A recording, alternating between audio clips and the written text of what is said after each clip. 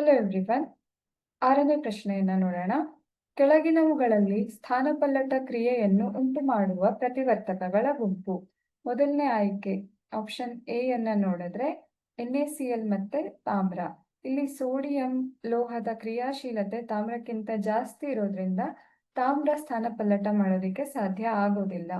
ಹಾಗೆ ಅಲ್ಯೂಮಿನಿಯಂನ ಕ್ರಿಯಾಶೀಲತೆ ಮೆಗ್ನೀಷಿಯಂನ ಕ್ರಿಯಾಶೀಲತೆಗಿಂತ ಕಡಿಮೆ ಇರೋದ್ರಿಂದ ಅಲ್ಯೂಮಿನಿಯಂ ಸಹ ಮೆಗ್ನೀಷಿಯಂನ ಸ್ಥಾನಪಲ್ಲಟ ಮಾಡೋದಕ್ಕೆ ಸಾಧ್ಯ ಆಗೋದಿಲ್ಲ.